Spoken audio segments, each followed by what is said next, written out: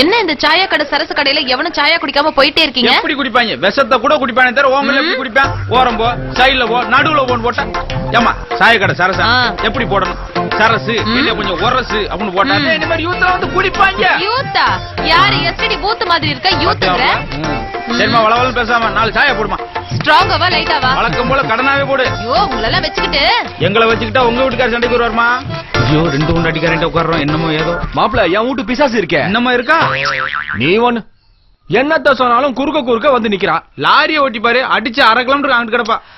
அப்படி இல்ல மாப்ள, என்ன சொன்னாலும் என்னத்த செஞ்சாலும் காதுலயே வாங்கி போட்டுக்க மாட்டேங்கிறான். அண்ணாச்சி அவங்க காதுக்கு தங்கத்தை தூடாக்கி போடுங்க, எல்லாம் சரியா போயிடும். அதுக்குன்னு நீ மாட்டி விட்டுறாத. டீயை விட இது கொஞ்சம் தூக்கலா இருக்கு. விளக்குமாறு புதுசு. சாயாவுல சுகரே இல்லையே, சி சுகரே இல்லையே, டிக்காச்சனே இல்லையா, எச்சி சாயால பாலே. ஐயே டம்ளர் கழுவி வச்சிருந்த தண்ணி பாத்திரத்தை கழுவி கழுவுன தண்ணி குடிச்சிருக்கியா? இதுவே உங்களுக்கு அதிகம். ஆம்புலன்ஸ் போன் பண்ணியா?